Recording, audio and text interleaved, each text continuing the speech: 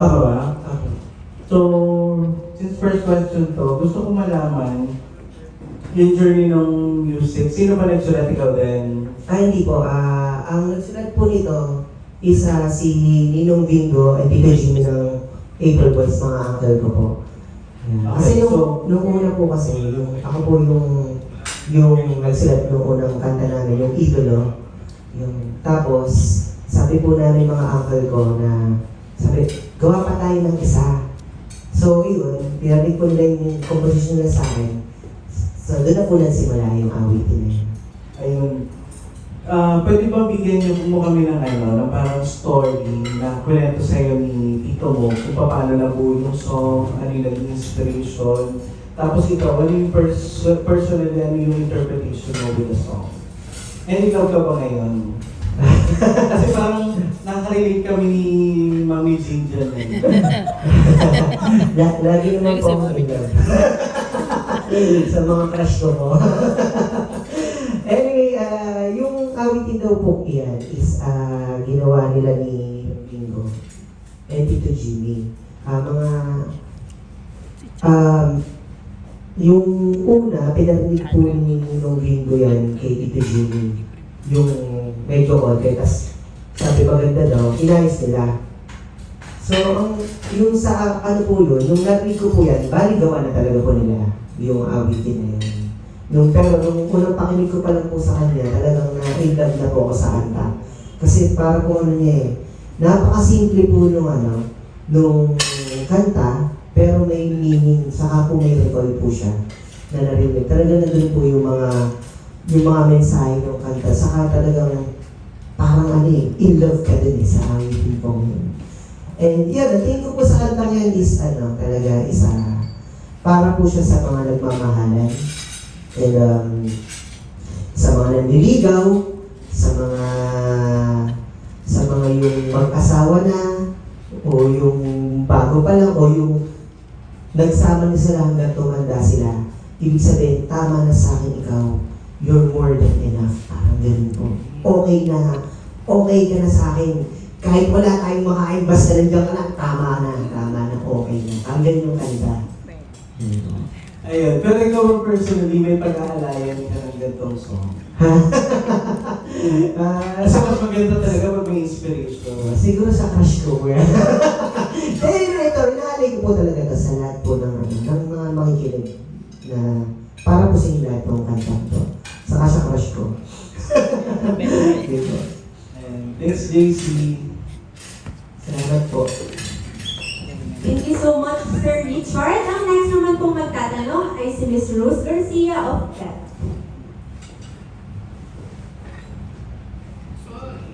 Yan. Ay, okay lang. Good afternoon.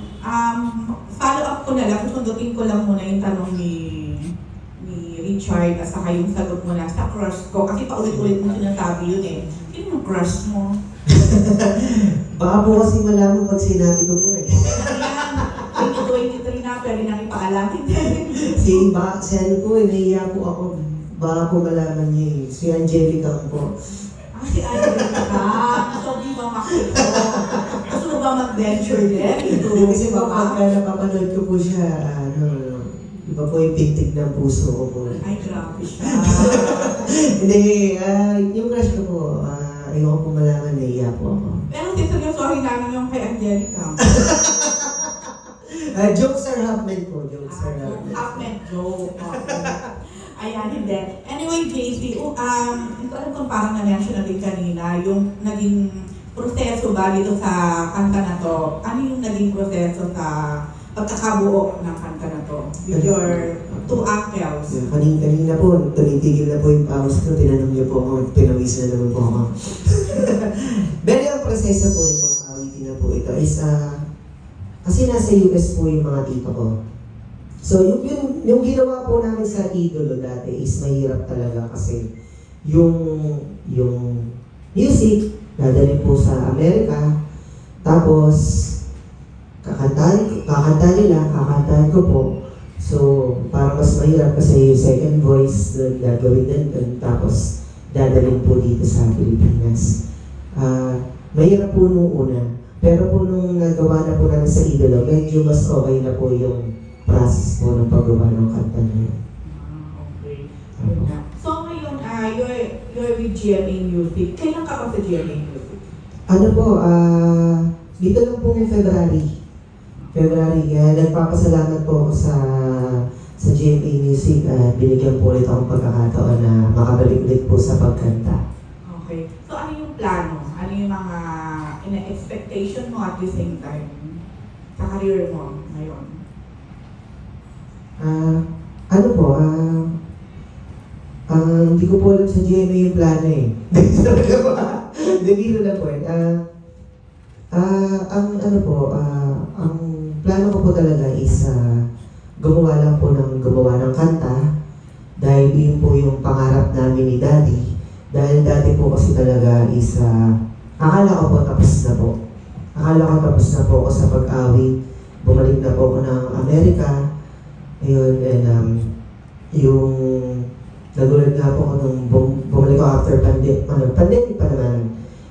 Nag-usap kami ng daddy ko po na sabi niya, bumalik ka na sa pagkanta.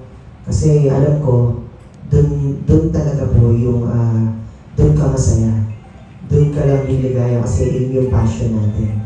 Noong una, syempre na natapos na ako, bumalik na ako ng US. Sabi ko, Dad, nandun na yung buhay ko sa Amerika. Tapos, sabi, hindi alam ko kung ano mapapasas yan, iyakan kami. Tapos napag-usapan talaga po namin, which is destiny talaga na kausapin natin si Sir Geddy ng GMA. Yun po yun. Tapos nga, yun kaya laking tuwa ko po na salamat po sa Panginoon Diyos na eto, patuloy ulit po akong umaawit at nasa harapan niyo po. Kaya maraming salamat. Okay na wala. Kailan yung naging conversation yun na yan ng daddy? That was 2 months po bago mawala si Daddy. Kasi hindi ko alam talaga na malubha na siya nun. Kasi may hawak pa kami doon iniinom. Habang nag-uusap pa kami. Kaya pala mahina na rin siyang gumanon. Mag-golf. Dati kasi malakas siya. Noon, pag isa-isa na lang siya, dalawa. 2 months po nun, nag-pass away siya nun. Tapos, hindi ko naman na-expect na makakabalik ako. Nung time na after nung nawala, doon ko po naisulat yung dating, yung idolo, yung hayaan niyong iandong namin itong awit para sa mga tagahanga namin. Salamat sa pagmamahal at kailan may hindi nyo iniwan. Kayo ang tunay namin idolo. Salamat sa inyo. Wow, Cornel. Yun po yung sinulat ko pong kanta para sa mga fans. Yun, hindi ko po, sinulat ko po yan after lola si Daddy nung 5 months. Tapos di ko po natuloy kasi nasa grieving stage po ako nun. Natuloy ko lang po na nung after nung birthday ko, September 3, birthday ko po, kaka-birthday ko lang. Pero 2020 po yun ang birthday ko po. Nasulat ko po yun, 2022. Umiyak ako kasi si Daddy yung kapag nagsusulat po ako ng kanta, doon ko po pinaparig kila yung awitin. Kaya sobrang miss ko po sa kanya, kaya na-diretso ko po yung awitin na yun. Tapos yun, kinuwaga ko na yung mga tito ko. Doon na po talaga nagsimula yung singing career ko ulit. Sabi ko, Tito Jeannie, ninang linggo, samahan niyo po ako. Awitin po itong ginawa ko pong kanta para po sa lahat ng mga tagahanga yung nagmahal sa inyo. Bilang pagbabalik niyo po ng pagmamahal. So somehow nararamdaman mo ngayon na yung daddy mo is with you in a way. Lagi po ako Nararamdaman mo yung presence niya. tuwing may tuwing ito, tuloy po ito,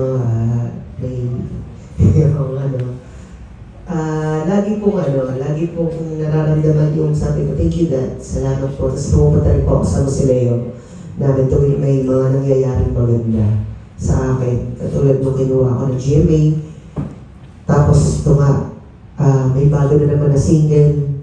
Tuloy-tuloy po yung pagmamahal ng GMA at nigat sa akin sa mga blessings na dumadating. Lagi ko pong naaalala si Daddy. Kasi lagi po siya ang kausap ko. Lahat po ng, kung ano po ako ngayon, lalo na sa musika, galing po yan sa Daddy ko. Okay, last question na to. Sabi mo kanina, pakilala mo, anak ka ng tatay mo.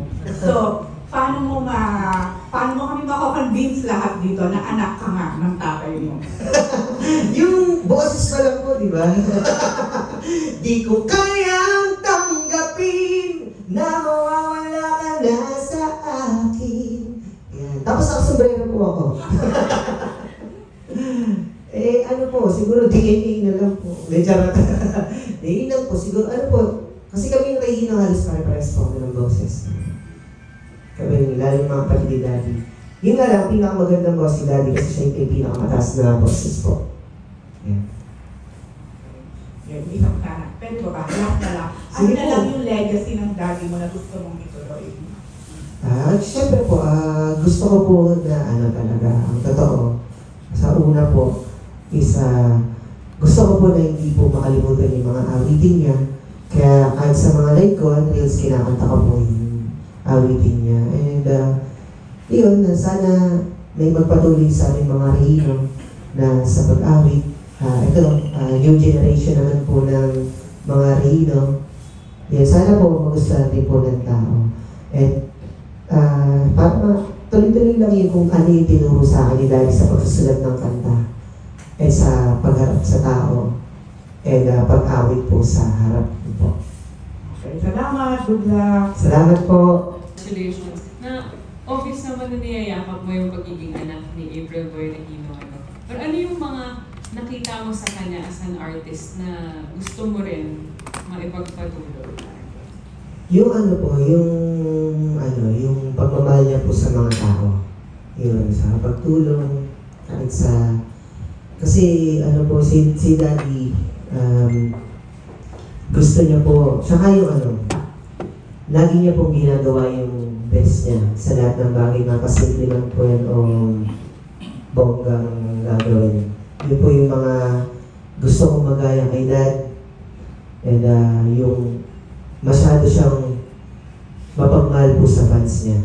Yun talaga. Kita niyo po talaga kapag nandiyan siya, aabot siya, mag-aagi siya ng sombrero, pagbibigyan niya yung lahat ng kahilingan ng mga tao po. Yun po siguro. And yung last, kita yung confidence mo, yung acting ba is something na kinoconsider mo rin o may mga plano na talaga pasukin din? Acting po. Ayun, hindi ko po alam, nalayan ko. Kung meron po, kaso po baka ma-artihan po sila sa akin. Hindi mo pa siya. Wala. Ewan ko po, kung may love offer po siguro. Kaso pawisin po ako masyado, baka magalit po yung director. Salamat din po.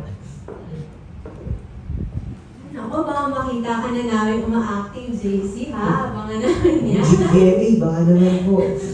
Baka nasa music po ngayon, nandiyan na po. Ngayon, tawagin naman natin si Miss Rain de Ocampo of Rain Check Vlog.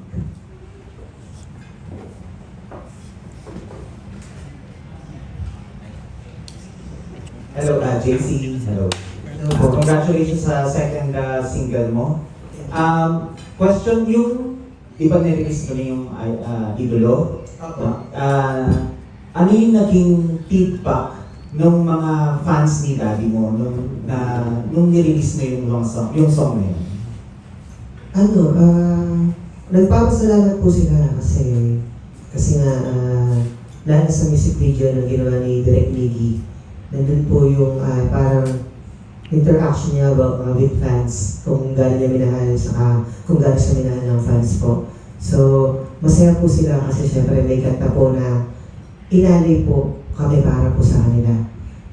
Through us, mga naiwan ni Daddy. Yun po. Nagkaroon ba ng way na na-meet mo yung ilan sa mga solid fans nila? Opo, syempre po. Madalas po kapag nakakasalubong ko sila, sa kapag nag-show po ako, sasabihin, fans ako ni Daddy mo, Daddy, may tape pa sila. Natuwa-tuwa natutuwa po ako. Sa kakalan na pagka sumasabay po sila sa kanta ni Daddy, yun po, nakakataba po talaga ng puso po yun. Kasi sobrang proud po ako. Kanina na-mention mo na yung mentor mo sa pagkanta, sa pagsusulat ng kanta, ng awit, si daddy mo talaga. Can you share to us, paano yung style niya ng pagtuturo sa iyo ng mga bagay na yun? Yes, ganito po kasi, nung una po kasi talaga, hindi po ako kumakanta. Talagang gitara lang. Tapos natuto po akong mag-compose ng awitin is 14 years old po ako. Yes, and una ko pong kinong-post nun, hindi niya po nagustuhan. Pinagalitan niya po ako. Bakit? Dahil po, baka English po kasi baka hindi niya po naintindihan. Mali-mali rin naman kasi 14 lang po ako nun, tapos pang heartbroken pa. Saka siguro sa akin, baka iniisip niya, baka heartbroken na tong anak ko, patukan ko nga. Hindi. After po nun is, yung pala, in-encourage kaya lang siya nag-aaral sa akin kasi siyempre heartbroken niya yung kanta. Iyak ako ng iyak po nun. Tapos, nakagawa po ako ng kantang inspirational na kanta hanggang sa dulo ng aking buhay, which is ginuwet namin ni Daddy before sa iba. Ito na po nagsimula yung nagustuhan ni Daddy yung awitin ko. And tuwing mag-compose kami, magkasama kami, kanya-kanya kami pasok ng kanta. Or i-criticize yung kanta ko, yung sinulat ko, pangit, sasabihin niyo, ang totoong diretso talaga. Pero may pagmamahal po yun. Sabi, pangit yan na, baguhin mo gano'n. Tapos, kung sa kanya rin po, tinutulungan ko rin siya, dahil para mas mag-take dito po. Ganun po kami about sa pagsusulat. Sa gitara naman po, ayun, kung ano yung mga basic, dun lang po yun. Tapos yung pag-awit talaga, tuloy nagkakaraoke po kami. Yeah, dun talaga ako. Hindi kasi naman ako masyado kumakanta nung panahon po yun. Talagang natuto lang po kami tuwing nagbabanding kami nila dati. Yeah. May chance pa na makita namin kayo ni Tito mo na soon na mag-perform together? Naku, sana po. Gusto ko rin po. Kaso na may mga kasi sila may mga work pa po sila sa Amerika. Siguro kapag natanggal po sila sa trabaho. Wish po natin. Hindi po. Sa tamang panahon. Sana, ako po talaga, wish ko talaga na gusto ko talaga magkasama po kami. If ever magkakasama po kami, baka sa Amerika po ako po pupunta doon. Sa mga show siguro po, mga ganun po. Last question po. Kasi yung song mo ngayon, yung mga songs ni Daddy mo, is a genre of its own eh.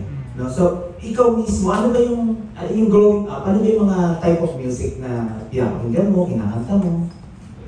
Mostly talaga po love songs din talaga. Opo. Tapos Air Supply, mga ganyan. Kasi yung mga gusto ni Daddy, Air Supply. Mga, mga boy bands.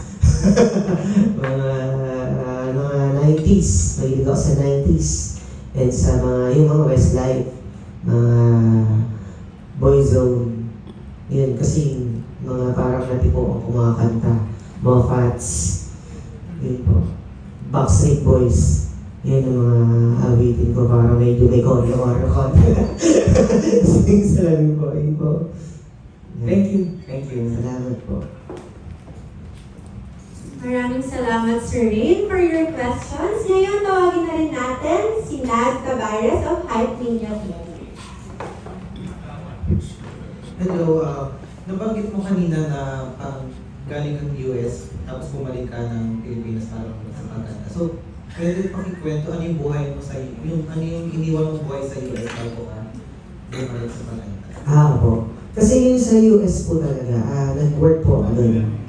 Nag-work po ako sa Bank of America. And just nag-work din po ako bilang sa may mga stocker sa supermarket. Sa groceries, ganyan. Tapos, sa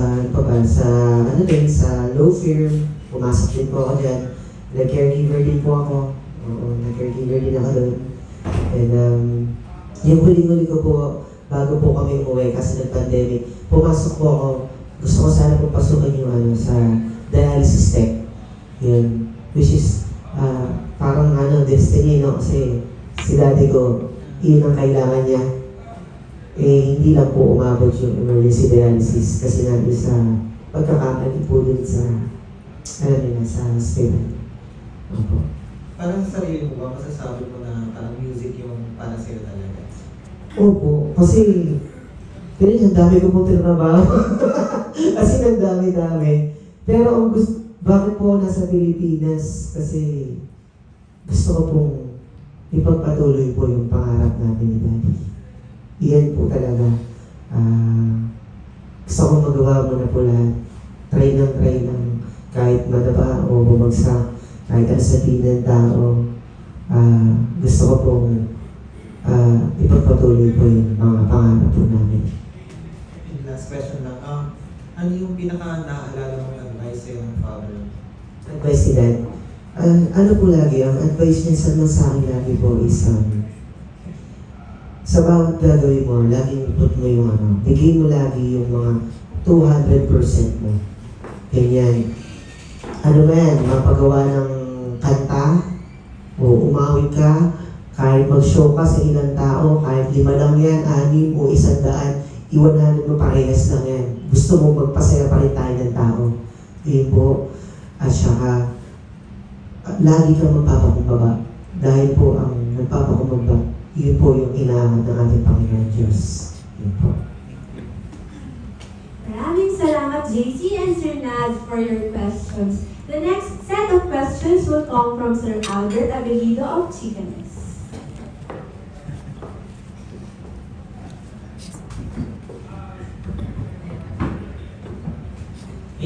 Mabuhay. Buhay po. Hello po. Yung first question ko sa'yo is,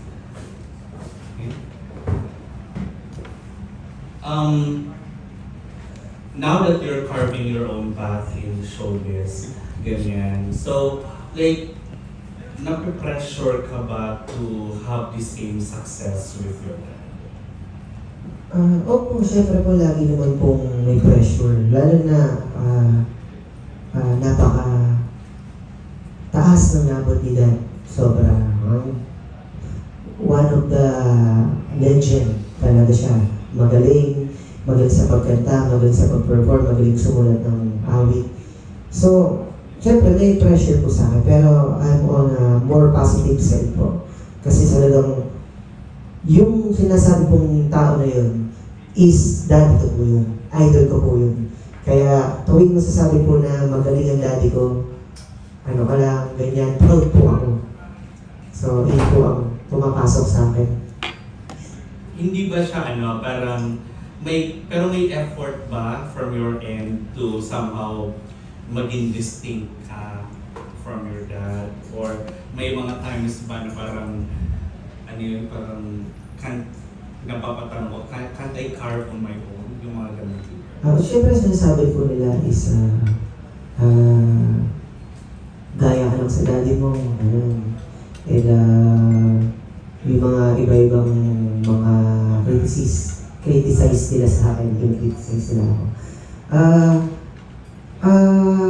Okay lang po sana kasi ano po ba magagawa daddy ko po yung pares po kami ng boses. Di ba po? Ito na po yung binigay sa akin agad ng boses. Di naman mababago po yun.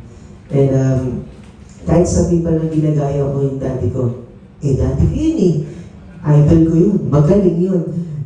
Basta ginagaya ko, magaling. Okay po sa akin yan at idol ko at daddy ko po yung wala pong problema sa akin.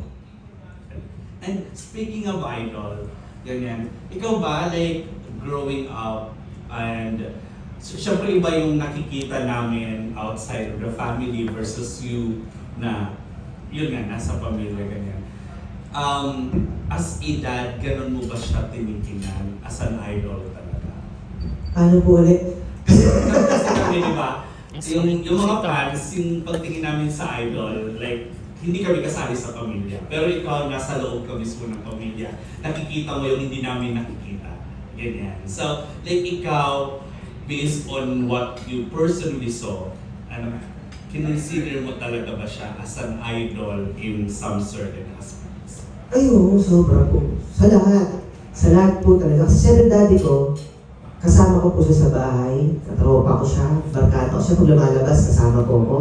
Pagka nag-work kami, kasi nag-duet kami ng daddy ko po nung dati. Kinanta po namin yung ano, di na ko iibig pang muli.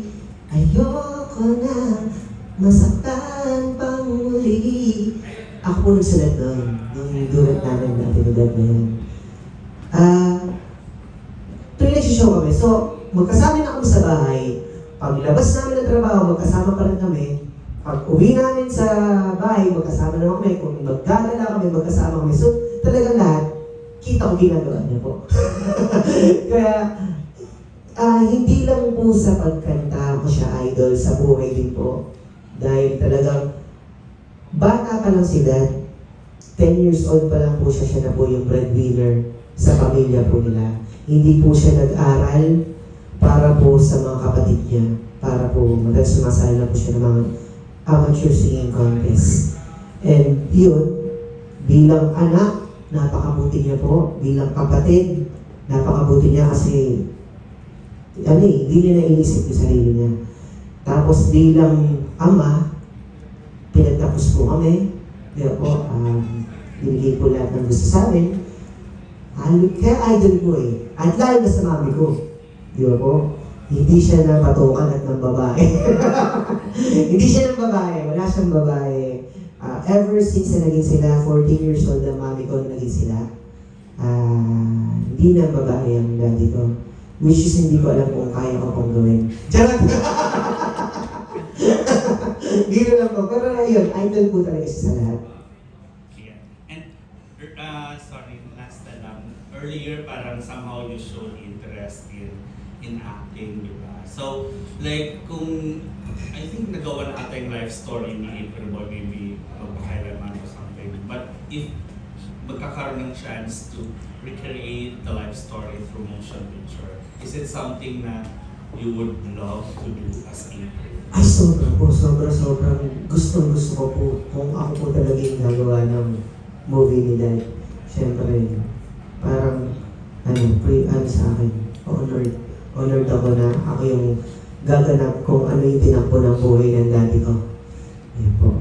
Kaya, kung mangyari man po yun, maraming salamat po sa mag-iisip na gumawa ko na.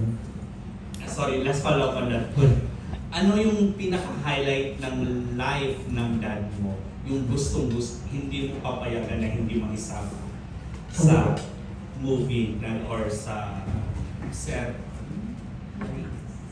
biopic ng dad mo? Parang ang hirap po nun, no? Ang dami po kasi highlights ni Dad eh.